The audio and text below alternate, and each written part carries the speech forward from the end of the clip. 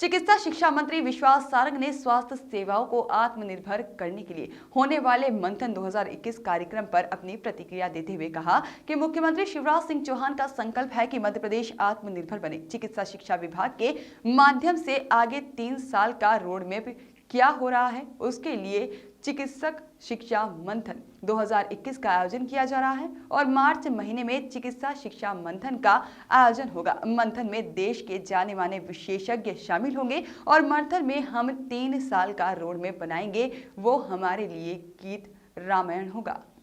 Doctors की कमी को पूरा करने में 700 से ज्यादा डॉक्टर्स की भर्ती निकालने पर कहा कि चिकित्सा शिक्षा विभाग में हम हर मजबूती का काम कर रहे हैं। जो भी पद खाली है उसको भरने की प्रक्रिया हमने बहुत तेजी से शुरू की है। फ्रंटलाइन वर्कर को ड्यूटी के समय वैक्सीन लगाने के दौरान भी ऑन ड्यूटी माने जाने के आदेश पर कहा कि पहले से ही हम बोलते आए हैं कि सरकार की प्राथमिकता है वैक्सीनेशन के जरिए हम कोरोना की लड़ाई जीतते हैं और वो फ्रंट लाइन वर्कर्स जो कोरोना में लड़ाई लड़ रहे हैं उन्हें टीका लगवाने के लिए दूर जाना पड़ता है और वो वैक्सीन लगवाने जाएंगे तब उन्हें ड्यूटी पर माना जाएगा। इनको डेली फ्री क्लास चलाते हैं सर, वहीं के मांडवा बस्ती में। तो इनकी स्टेशनरी, स्कूल फीस वगैरह पूरा खर्चा हम लोग ही करते हैं। भैया गजब का संस्थान काम करती है, बहुत अच्छा। हाँ, मांडवा है पूरी बस्ती को, बच्चे को लगातार ये लोग करते हैं। निर्माण परिवर्तन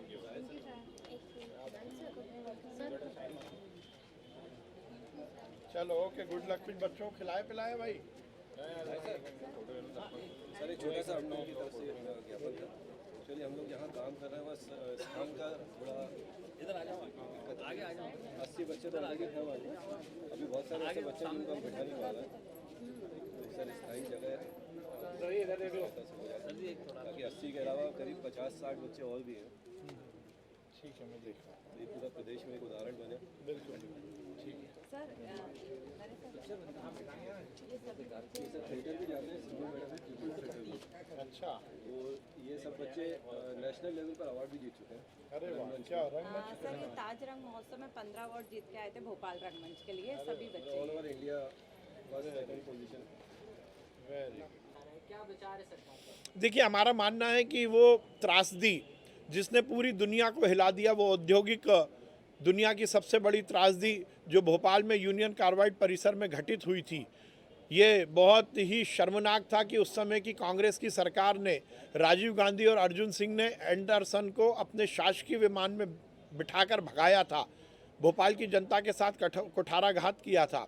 हमारा मानना है कि इतने साल के बाद वो 84 एकड़ ज़मीन जो कि बिना वजह से खंडहर में तब्दील होती जा रही है, उस स्थान पर हम एक बड़ा गैस कांड जो हुआ है उसमें दुनिया को सबक देने वाला एक ऐसा उपक्रम बनाएंगे जिससे दुनिया में संदेश जाए कि भौतिकीकरण के कारण, औद्योगिकरण के कारण हम कहीं मानव संस्कृति को ही ख़त्म करने का प्रयास ना करें। औद्योगिकरण हो परंतु वो मानव की जान पर खेल कर ना हो। ये जो हम स्मारक बना रहे हैं, जहाँ इसमें पर्यावरणविदों को चिंतन करने का स्थान होगा, पूरी दुनिया को पर्यावरण संरक्षण के संकल्प दिलाने का हम वहाँ पर एक प्रतिष्ठान बना रहे हैं। तो उसके साथ ही हमारे गैस पीड़ितों को उस स्थान पर रोजगार मिल सके, जिससे हमारे गैस पीड़ितों का आर्थिक और सामाजिक उन्नयन हो सके, ये पूरा प्रकल्प हम बना रहे हैं।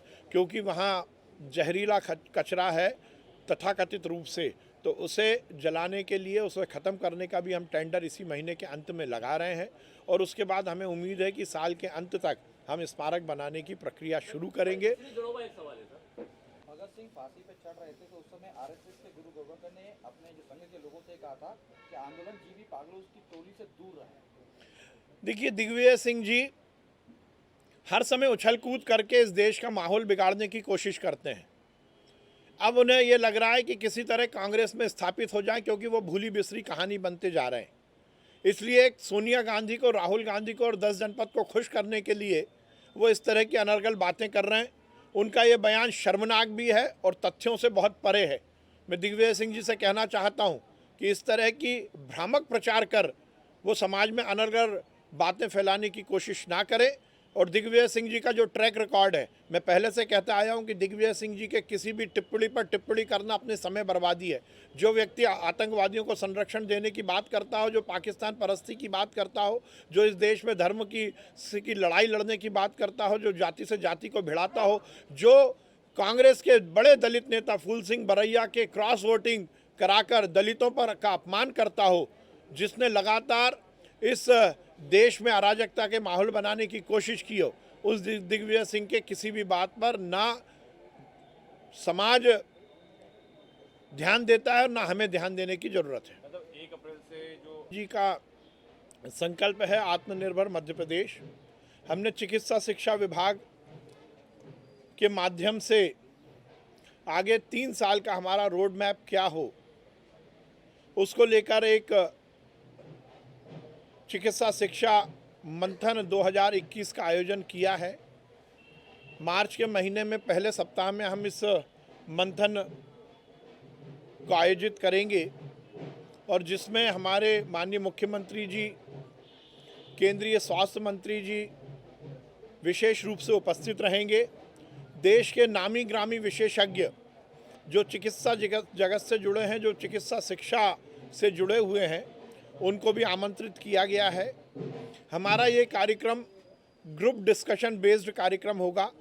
हमने 8 अलग अलग सब्जेक्ट जिन पर आधारित होकर हम अपने चिकित्सा शिक्षा के उन्नयन, उसके उत्थान की पूरी रोड मैप की तैयारी करेंगे, वो निकाले हैं। 8 सब्जेक्ट पर हमारा हर सब्जेक्ट का एक ग्रुप लीडर होगा, एक समन्वयक होगा और 2 दिन तक पूरा विचार विमर्श कर हम उन 8 विषयों के पर आधारित हमारे 3 साल का रोड मैप बनाएंगे और वो हमारा गीता और रामायण होगी।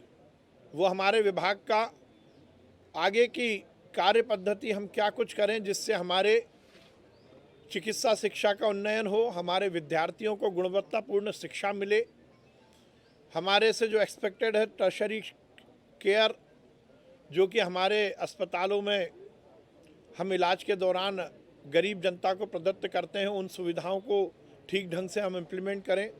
ईज़ ऑफ हेल्थ सर्विसेज के जो भी हमारे KPI हैं, उनके सभी मापदंडों पर को निर्धारित करने का हम काम करेंगे।